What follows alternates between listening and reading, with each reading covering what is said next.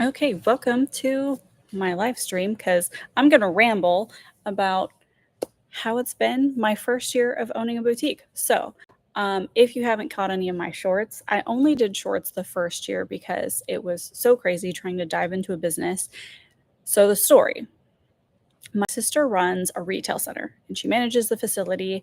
And some guy came into a whole bunch of boutique inventory and he was like, I don't know how to get rid of this. Could you sell it on eBay? And I was like, dude, two different boutiques rent from you at your retail centers. Why don't you get one of them to like buy it at wholesale? And the first one weren't really interested. As it turns out, they closed. The second one was also going to close. And due to totally different circumstances of why they were going to close.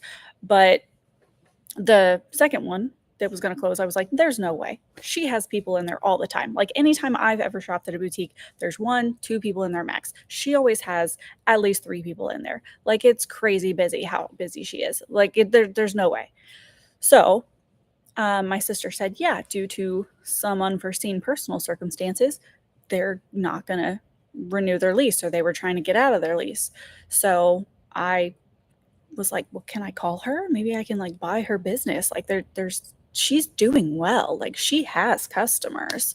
So that's what I did. I got her number, I called her, and I said, hey, can I buy your business from you?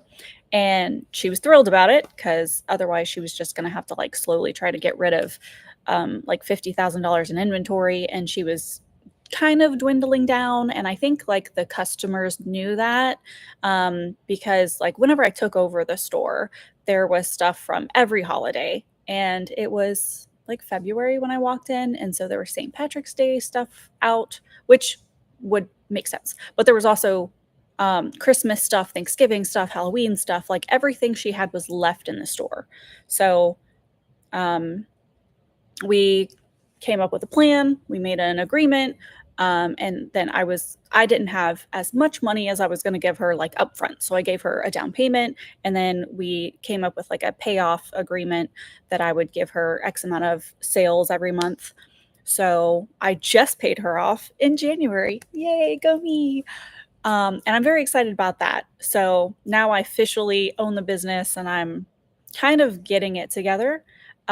Still very difficult. There's still a lot of hurdles. Oh, sorry. Didn't mean to shake the table. There's still a lot of hurdles. But, I'm working through it. So the first hurdle is marketing. She had such a good customer base and there's so many great people who've walked in the door who love being like neighbors, and we're kind of in the middle of a few neighborhoods, so it's really convenient for a lot of people to come here and to shop here and to be local. And I have the 2 employees that she had. She was like, these people are great, and I agree, they are fantastic employees and they run the store. And I actually have another business and I work at a hospital. But doing that and juggling, trying to own like a full operation. It's not like I'm doing this from home. Like you can see, I have a whole store behind me. And I like my goal is to do more of this and like have a lot more stores and maybe have like a franchise. Like that's the goal in the future. I don't know how far the future, but as I can grow, that's the plan. But I think with everybody starting a business, getting out there is always like the biggest hurdle, right? So when I took over, I do know that the previous owner had a TikTok, but it wasn't my TikTok. Like I got a new email, I got a new account for pretty much everything except the website domain. I am still using her account for that. I think I changed the password, but that was pretty much like the only thing I kept. Everything else kind of got like moved over. All the vendors, I started new accounts with them. So I had to like make a new application for Brighton to sell Brighton. And I had to like redo a bunch of new applications. And there's 2 platforms that are like wholesale websites where you can go to the platform and buy a lot of products like name brands. So you just upload your resale certificate and you can go onto those platforms and buy a various amount of things. But like probably 5 different companies. I think like I have a relationship with the Tyler Candle Company lady, the Brighton lady, E. Newton, which is back here, which is new. That's a whole nother story, which was interesting and crazy. Um, and then the Consuela lady. So like there's a few people who like have reps and they check in, and and Mud Pie. Oh, she's great. Um, yeah, so I do have like actual humans talk to me about like, hey, we have this new stuff, hey, this is going on, whatever. But then there's also these smaller companies that go onto these platforms, and you can go and shop on the platforms and buy from various other people. The only problem with that, though, a lot of people use this program called, or platform that's called Fair, Faire. And on there, I have seen quite a lot of things that are like people just resell things that you can buy on like AliExpress. And I noticed that, and it kind of gave me a red flag about certain companies and certain things. So I have like dived into how to avoid those things, because whenever I took over, this woman walked in and she said that like she went to a trade show in downtown, and some lady said she just buys everything on Shein and resells it. And then she asked me if I did that. And I was like, I can't buy these brands on, I can't buy Consuela from Shein. I can't buy E. Newton from, no, I don't do that. I can contact manufacturers and buy from them, and I have done that, but I don't buy from that platform. And I don't think a lot of people actually know how that platform works either. It's pretty much like an Etsy, eBay platform. Like different companies sell on a website that they can globally sell to. So from China or wherever Shein's actually like located, those companies, that country, companies in that country list globally. So some products, who knows where they come from, but I do know that's how it works. So, and I contacted my manufacturer, because I do have a woman who, stuff comes from China. Like everything comes from China. I'm sorry if you're trying to avoid that. If you are, we do have stuff that's not from China, like E. Newton. I think it's made in North Carolina, if I'm not mistaken. They hand make all that in North Carolina. And Tyler Candle Company is from Texas. But most clothing, most purses, most stuff is made from China, and it's really hard to avoid. I have tried to find companies where like I could upload designs and like make my own clothing, and that is also a hurdle because I have to order like 3,000 pieces, and that's not cheap. So eventually I want to get there.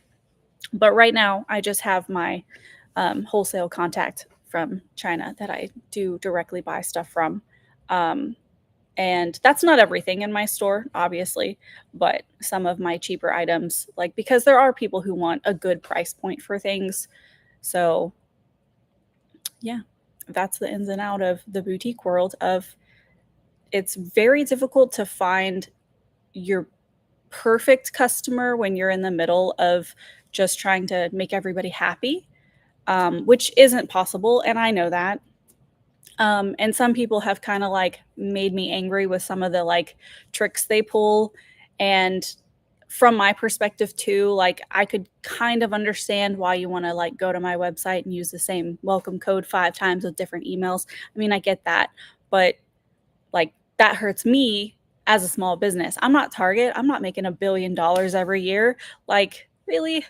Ouch. Thanks for the slap in the face. Got to move on from that. But like people do that all the time. They'll just like try to do that. So that's kind of a hurdle too, of like if I have a discount code out there, it could be taken advantage of. And actually, I feel like awful because that happened recently.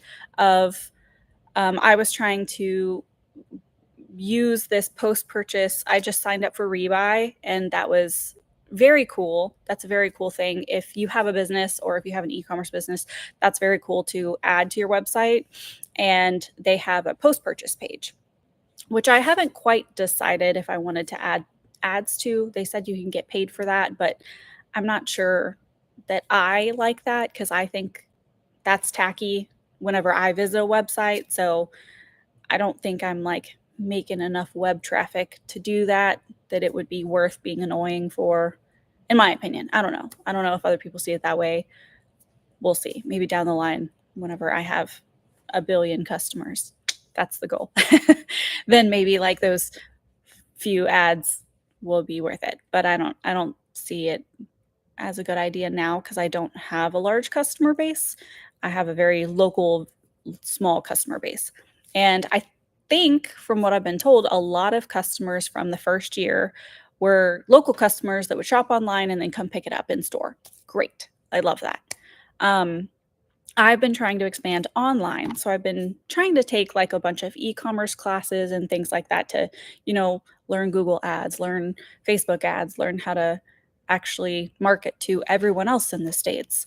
And only the States. I'm not going to try to go global until I can actually, you know, get our market of US because I got to focus somewhere. And I have had quite a few people from other states like come back and shop with me. So that's like always a nice little win of um, I've had one person, I think from Michigan, and she's had 8 orders. And every time I see her, I'm like, yay, thank you for shopping again. Um, which, Target's not doing. So there's always that. And unfortunately, I do have to compete with certain things. And I keep bringing up Target because one of my reps sells Duke Cannon, and she said that a lot of boutique owners are very upset that they are in Target. And I think there's one other company that's in Target that like is a pretty popular boutique company, like boutique company that is usually in boutiques. So she asked my opinion on it. Like, how do I feel about Duke Cannon being in Target? And I said, good for them. Like, honestly, if I was a small brand, I would want to be in as many stores as I could. I feel like it's so hard to get into like Walmart or Target or whoever. And I tried to do that. Like, before this, I had a cosmetics company. And before that, I had a chocolate store. And both times I tried to get into big box stores. And it was so difficult and I never made it. And I eventually cut my losses and moved on to something else. And I feel like this is going well. I'm not making money yet because I keep reinvesting everything that I've made into the company. So right now is July and there's a market that goes on. I have yet to attend the market because I work at a hospital, 24/7 coverage is needed, and I work 12-hour shifts. Like our lab isn't covered by lab people 24/7, but other people cover it. But anyway, I haven't been able to take vacation to go to those due to a lack of staffing, which is pretty common in healthcare. And I can still talk to the people though, and they'll still make appointments. They'll FaceTime me, they'll show me the showroom. And I love that. That is so nice that they cater to the fact that I can't come, that they'll just, call me and tell me what's there and here's the promotions. Do you want to do this or that or whatever? So I just received a whole bunch of stuff. And guys, if you saw my house, you would think I was a crazy hoarder lady because I didn't want to pay for a storage unit because storage is expensive and I'm already paying for my rent here and my employees, and I'm living payroll to payroll at the moment. And I saved up enough money or credit, I guess. I've used a lot of my credit cards to buy all the stuff for Halloween, Christmas, and Thanksgiving. So I'm going to now try to make like content and plan ahead and make schedules. And I wrote out a schedule of like when I was going to post what on my website. And that planning wasn't able to happen ahead of time. Like last year, I was just kind of rolling with the punches of like, okay, it's Christmas coming up. I got to buy Christmas stuff. Okay, this is happening. I've got to buy this. And I'm in Texas. Let's back up. Hurricane season is now. It's June through November. And last hurricane season, which was right before the holidays, thank goodness, because I could not imagine this happening when my store had to be open. I think it was like we closed for the 4th of July. I think that was the holiday. It might have been Memorial Day or Labor Day. I'm not sure. One of those holidays, because last year was a big mess. One of those holidays, it rained really hard and the door has like some felt at the bottom that prevents rain from coming in. That was damaged. So it flooded the inside of the store. luckily the front mannequins are on like risers, and the floor started bubbling everywhere. And so we had to rip it up. Like, it had to go. Uh, so I wanted to record that. Like, I didn't get to this because now I'm at a point where I kind of like have it all together. I don't have it organized, but I have it together. It's just like all in one big room messed. So I kind of know what I'm doing now. Year one, I was kind of just rolling with the punches. And so the floor was all messed up, and I have cameras, and I wanted to like show you guys like a video of me, ripping up the floor with the three guys and us having to move all the furniture from one side to another. And this table, okay, this table right behind me is 928 pounds. I'm not moving that. So I had three dudes move that table. And yeah, so we ripped up the floor. And the funny thing is, that wall over there, that wall is actually built on top of the flooring, which is not supposed to be how you build a wall. But this was a huge space. And then they built this wall and turned the other side into a hair salon. And then there's like a hallway in the back. Well, because that wall was built on top of this flooring, I had to get the guys to like take a saw and just cut along the wall. And you can't tell. There is like a trim. And so if you look really closely, I guess you could tell, but it still looks nice enough. And actually the flooring is still in the dressing room behind me. So I had them put this little trim piece, and the flooring is still there because these walls are also built on top of this floor, which very cool. The previous owner's husband and son built this dressing room situation and that whole wall. So that's awesome. But also, I don't think they're professional. They are not professional carpenters, I guess is the right word, which is why they built it on top of the floor. Otherwise, I mean, I understand the flooring was already there, so they just divided it. But hindsight, that's not how things were supposed to be done, but they did the best they could, right? That's all you can do.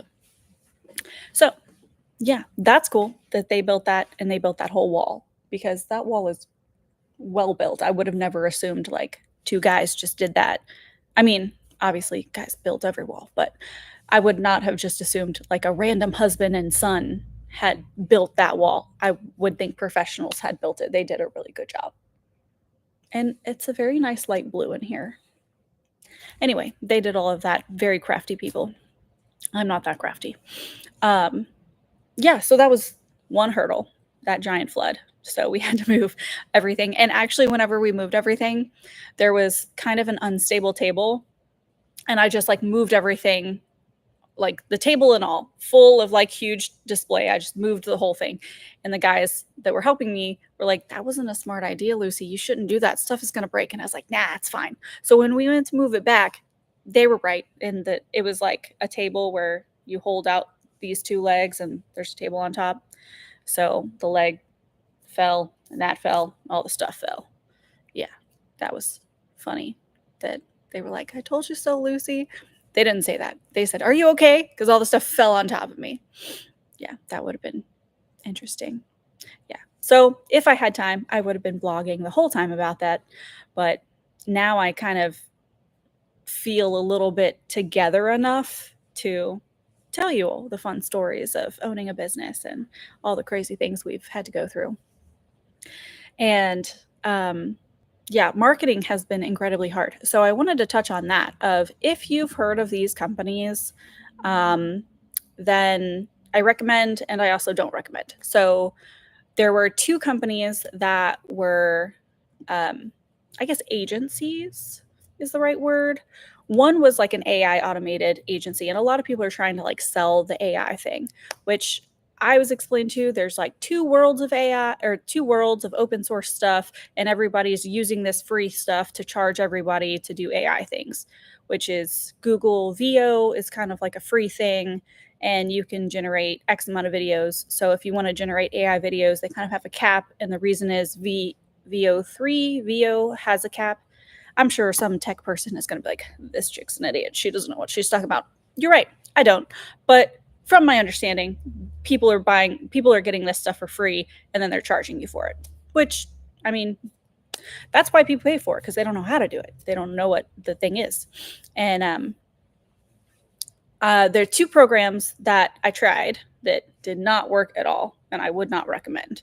Were Store Labs, which is a UK based business, and they have very good ads, which is why I hired them. But another agency was like kind of like, you get what you pay for, and they were correct, and they were pretty expensive considering like anything over $1,000 to me is expensive, but well worth it. And so back to Store Lab. So I worked with them for like 6 months. They charged $500 a month plus whatever ad spend you had.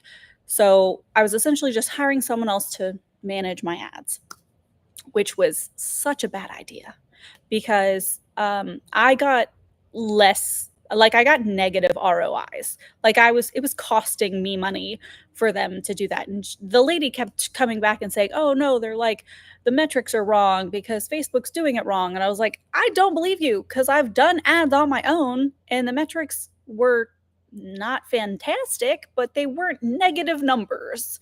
So I had a very bad experience with them. And I didn't think they took any of it seriously. Also, they kept running ads for out of date things. Like, I think fall is whenever I started them, and March is like whenever I ended, because in March they were still running fall ads. What? Come on, you could at least pretend like you cared. So, anyway, I had a bad experience there. And then there was another app called Metric, which was just like an AI program. And they were like, don't let humans mess up your things. Let AI do it. And I was like, okay, that's worth trying. The problem was, I think it's still very new. And I would set up ads and then hit publish, and then it wouldn't actually publish. And it was definitely much like a technical problem. However, I didn't get on there enough to watch it and try to take care of it, and nobody on their side I don't think was like paying attention either. So I would try to publish things for Easter and nothing would happen. I would try to publish things to like retarget certain customers, nothing would happen. And so I did a couple, and the first couple ads didn't do well and they performed very poorly. So just bad experiences for me. I don't know, maybe like there's different niches. Maybe it's easier for different brands, or also it's probably easier for people who have like their own real brand and not selling other brands.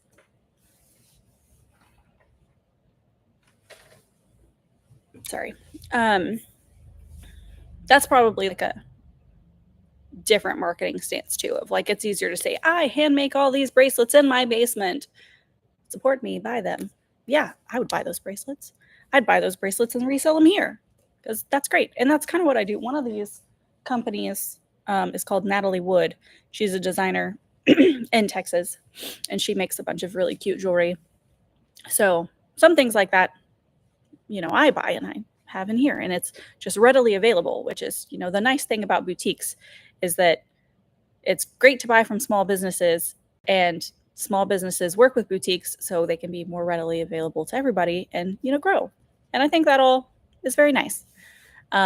Especially some of the companies that we have in here have like really nice missions. Like the rep for Sweet Grace, Bridgewater Candle Company, she said that like I could go with them to their mission trip to Honduras. And I was like, oh, really? That's awesome. That would be great. I would love to do that. I need to follow up with her, because I don't know when they're doing that or if they already did it. Maybe I can go to the next one. I really don't have it together yet, so probably the next one. But anyway, I think that's really cool. And I got a little away from what I was talking about. So those two things, Metric and Store Lab, did not work for me at all.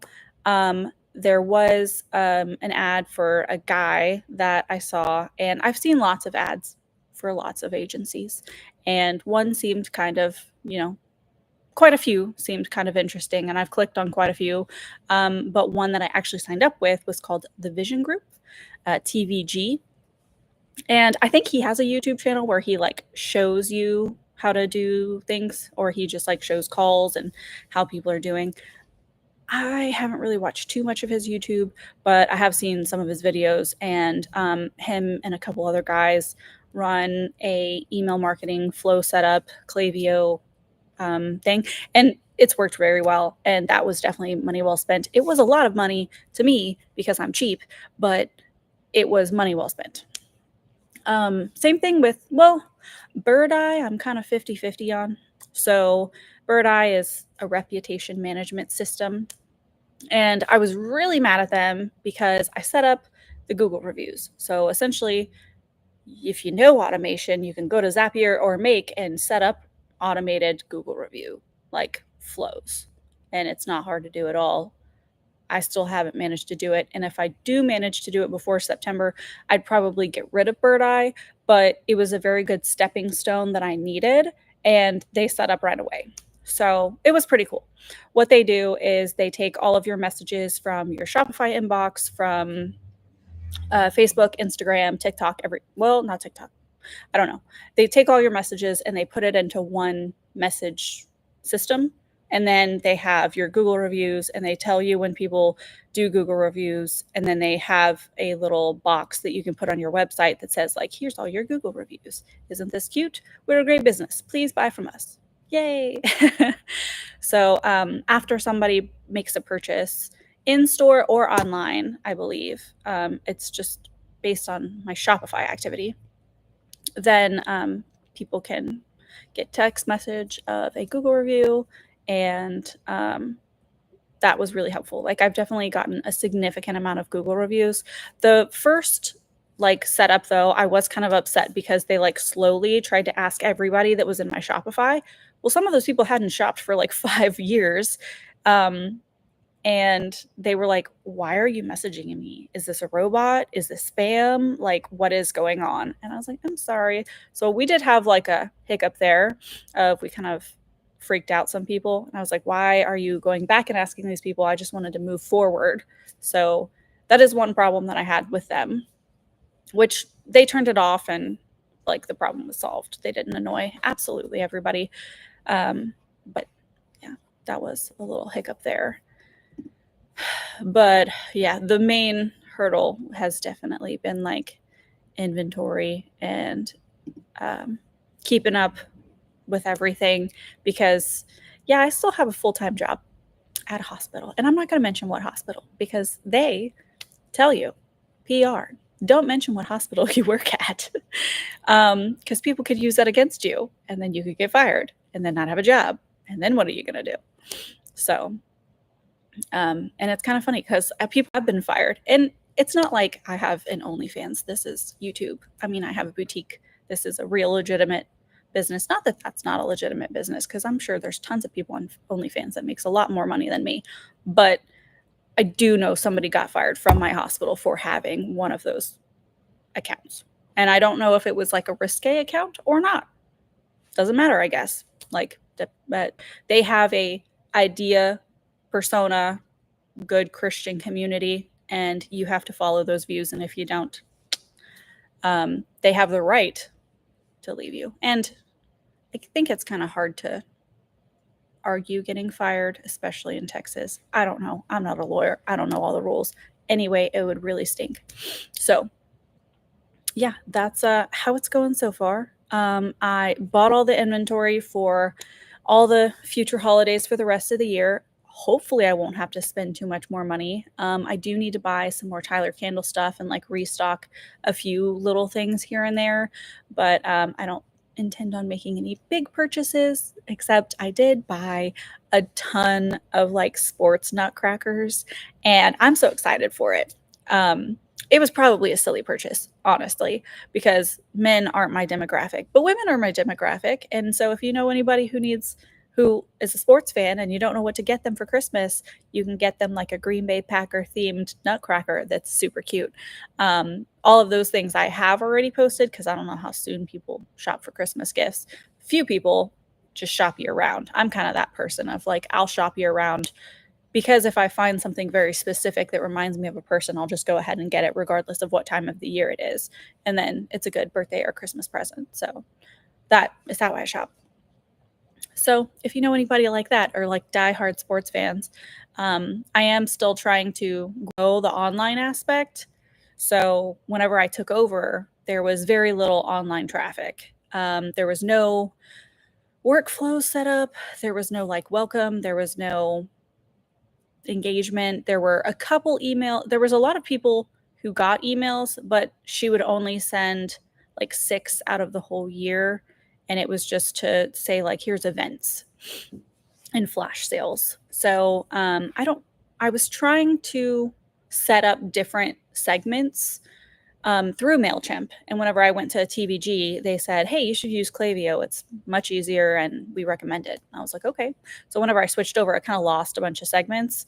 So that was unfortunate. And Klaviyo, unfortunately, if you are subscribed or not subscribed, they will still send people emails regardless if that's how your workflow is set up.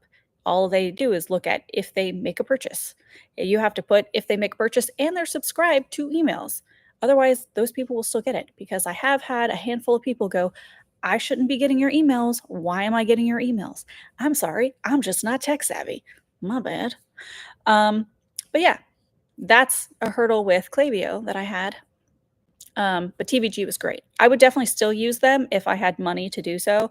I have very little money for advertising, especially since I bought all the inventory for the whole rest of the year now. So I'm currently only running Google Ads.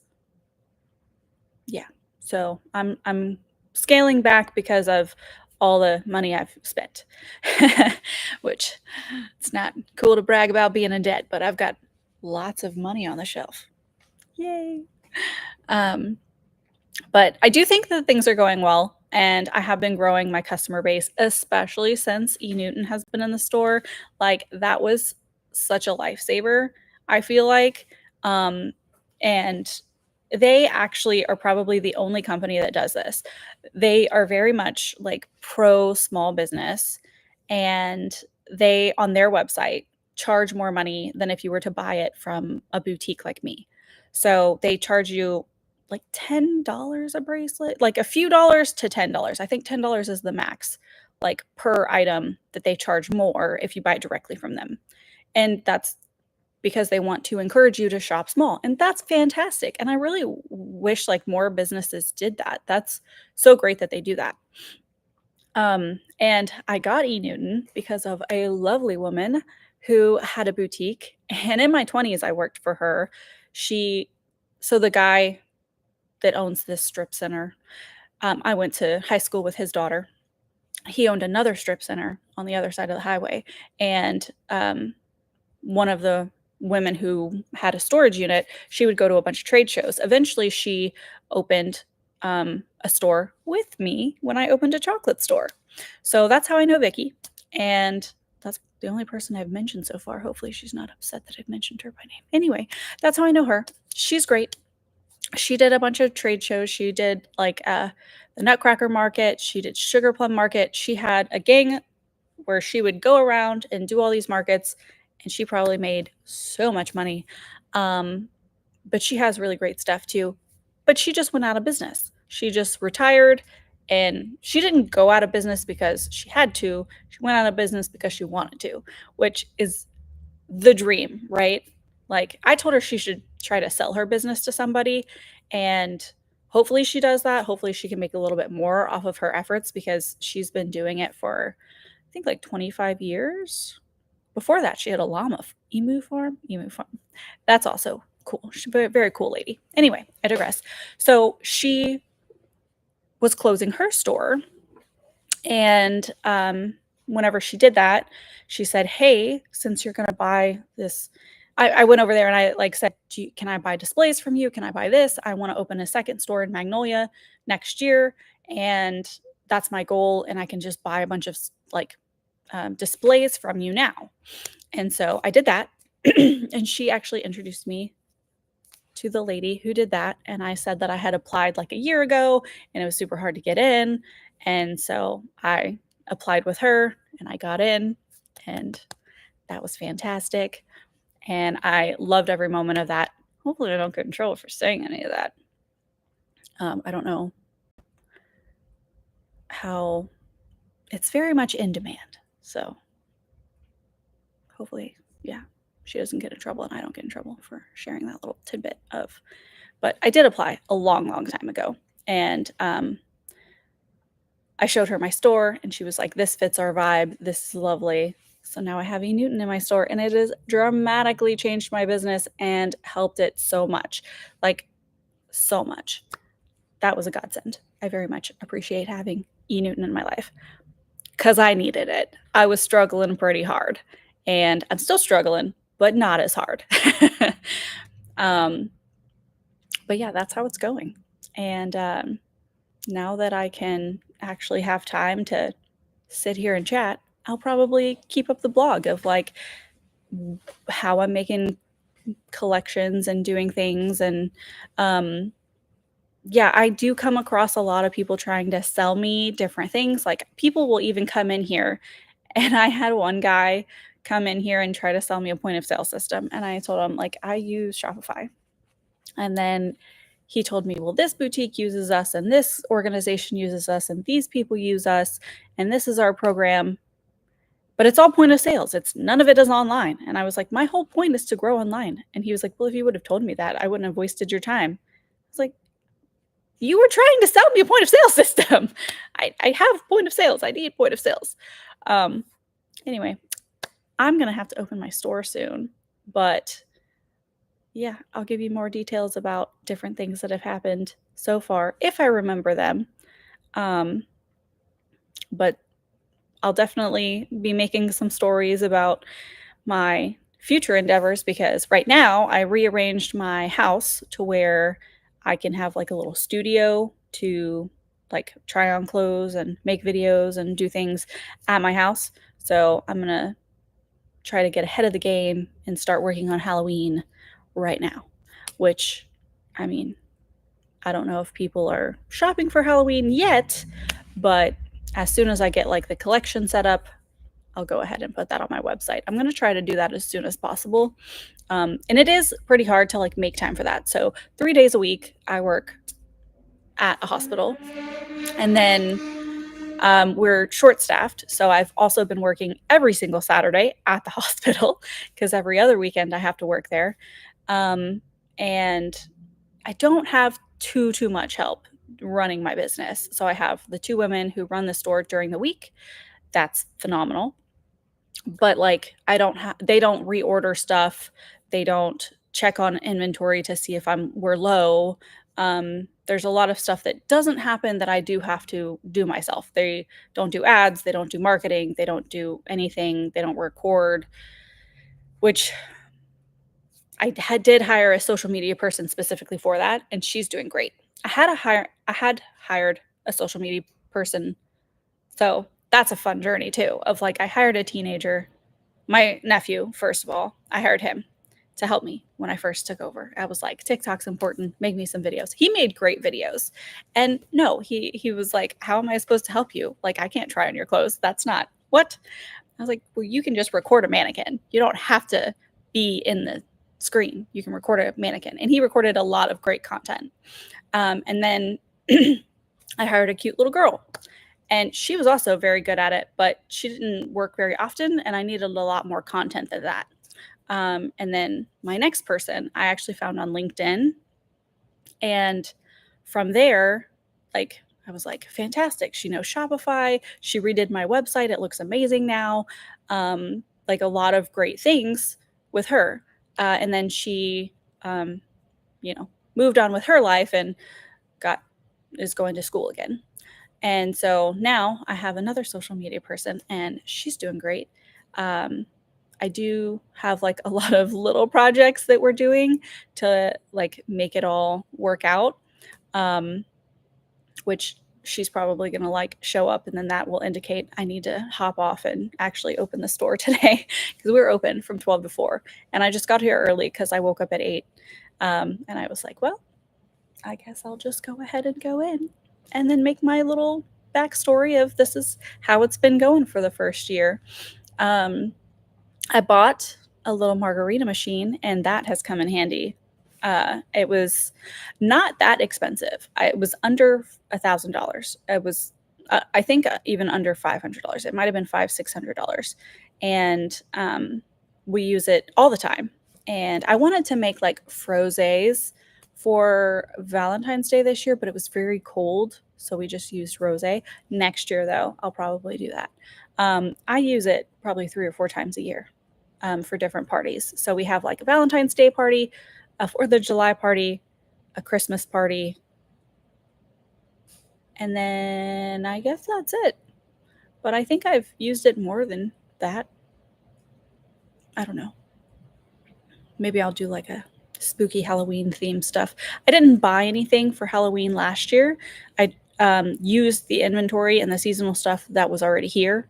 Because whenever I took over the business, there was a lot of like seasonal stuff that was in the store.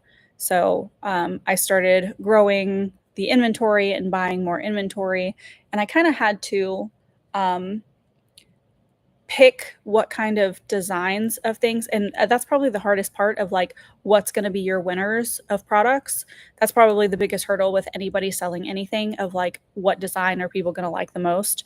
And you can look at statistics and you can look at bestsellers and you can like kind of get ideas, but I don't think really anything ever happens the way people plan or the way people expect. I don't think you can like really make it a science.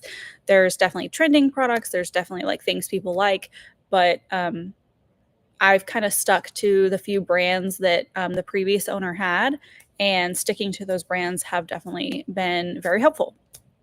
And a lot of people like that style. So just, buying from the same brand, they have the same styles. It is hard to see like what quantities to buy. That's also another thing. If I buy a pack of clothes, it's like one extra small, two mediums, no, two smalls, two mediums, one large. And then I can buy one extra large by itself, which is a new thing. Because when I first started, they had like you have to buy extra large, extra large, 2XL, 3XL in a pack of 222. And that was very hard. Like I couldn't buy extra larges when I first took over. Now that I have made a little bit more money and I can get into extra large sizes and they have it just separated, that's very helpful that I can just buy only the extra larges, which I feel like that helps a lot in the store. And my sister is, I think, on the extra large 2XL cuff. And she said, like, she would never assume boutiques, period, carried clothes that would fit her. I was like, that's kind of sad. But I will eventually try to accommodate that whenever I can actually grow. Don't know how long that's going to be, but we'll find out. Yeah, so hopefully you enjoyed my little story and rant. And I don't know if this will post automatically or if it gets saved or if it's just live right now. And if you see it, you see it, or I don't know how it works. This is the first time I've posted a live video on this. It wasn't shorts. Like I've posted some shorts and it was just all like small little clips of like what I was doing. And I can kind of deep dive into like other things whenever I get there of like the post-purchase stuff. Oh, I never finished that story. Guys, I'm so sorry. So I got Rebuy, and there's a post-purchase thing of like one little upsell that you can add to your website. And I was trying to see if it worked. And so I made a discount code of like 100% off this one thing. So 2 people used that code the other day because I didn't know. I assigned it to me and my email only, but somehow the shop app makes it to where they can see any discounts and apply those discounts. Unfortunate, because 2 people got things for free. And it was the second order when the employees were like, hey, by the way, this happened. Is this supposed to happen? And I was like, no, nobody was supposed to see that. I was just trying to get this post-purchase page, which I still couldn't see, which is why the discount was still on there because the project wasn't finished. However, I assigned it to only my email. So Shopify kind of let me down because it allowed the shop app to publish that to others somehow. And I put 4 specific customers only for my email, thought it would be okay, and it wasn't. So I have 2 pending orders for free stuff that I had to say, no, you need to actually pay for those. Please and thank you. That wasn't supposed to be free. So still running into technical hurdles because I'm not the best at that. But yeah, so far that's everything. Oh, and you know what? I didn't actually talk about Yellow Whistle. So I think Yellow Whistle was thing that I, the first marketing thing that I like paid for. Um, I also have access to the Boutique Hub, um, and I have access to that because the previous owner paid for like a lifetime account, and so I can log in and get some of their resources. I feel like a lot of courses, classes, things, you can get that information online, especially from like the academies those programs have. So there's like Google Academy, Klaviyo Academy, Instagram Academy, Facebook Academy, and TikTok Academy. Everything has like their own little academy teaching you how to do things, teaching them their rules. And those are your best resources for online. Like if you have no budget for marketing, go learn as much as you can from those academies because those are vital resources. And a lot of people make their own little like school classes or um, their own programs, their own videos of like, here's how to do that. Here's like all these modules and courses. Okay, well, you're just regurgitating or summarizing the information off of these academies, which is helpful if you don't have very much time to go dig through it and set it up yourself. But honestly, that is the best thing to do, is to just try to do all of that yourself. Even with Google Ads, like I had somebody associated with Google, but not a Google employee. I don't think they are employed, but I've had 3 people call me from these other companies that I think get commission for like having people spend money on Google Ads. So the first guy, his name was Lester, and he helped me set up a stellar Google ad that I'm still running, that I just changed out the assets for, and it's performed the best out of everything I've tried. And then there's another one that's, I don't actually know how I set it up, but it's like keyword based Google ad, and that one's actually doing really well too, but it's not a search ad. I think it's like it's not a sales ad, I guess is what I'm trying to say. It's a, I don't know. I don't know how I set it up. I'll get to that. I'll tell you Google stuff later. But I think on Yellow Whistle and the Boutique Hub, they kind of cover a lot of the same things of like, this is how to set up things. And those are essential for somebody. But for me, all of that was already set up. So for me, it wasn't worth it. Yellow Whistle was very much worth it though, because they have active classes that like people will go through and say, okay, let's look at your Google account. Let's look at your Facebook. Let's look at your Instagram. Let's look at this and answer your questions. And it is like an open platform of questions of like anybody can jump on the call. They're scheduled at these times, but it's like live help. And that is a valuable resource. The modules weren't so much as important as those are important, because that was very helpful. That definitely taught me how to use the ads and taught me everything I needed to know. So Yellow Whistle was a very good program to do as well. I think in the Boutique Hub, you can see the modules, but then you actually have to pay extra for that one-on-one because you have to do Boutique Hub Black, which I could be wrong if anybody wants to like inform me on how that's different. But I get the impression like you have to pay like equivalent amounts for these programs. One comes free with those things. The other one you have to pay for the one-on-one, which Yellow Whistle, the one-on-one is a group chat, but most of the time it's only a handful of people and everybody gets their questions answered, or they just deep dive to one person. And then you just learn a lot of valuable information from the struggles someone else is having. So those are resources. I wouldn't say good or bad. I don't use the Boutique Hub very much. I've watched a few videos and like it's not new information to me. Some of it is because they actually do go through a different avenue of teaching you. They teach you like basic time management, and they teach you a lot of organization and like personal good habits, which is a different perspective of if you don't have that, I could see that being a very valuable resource. For me, Yellow Whistle was way more cost effective. for what I get out of it. And I still don't use it to its full potential. Like I was saying earlier, there's all these ads and agencies of everybody saying like, oh, we took this business from this much to this much or this much to this much. Okay, those are Shopify screenshots and they don't actually say the business in them. So how do I know you just didn't copy and paste that from the internet?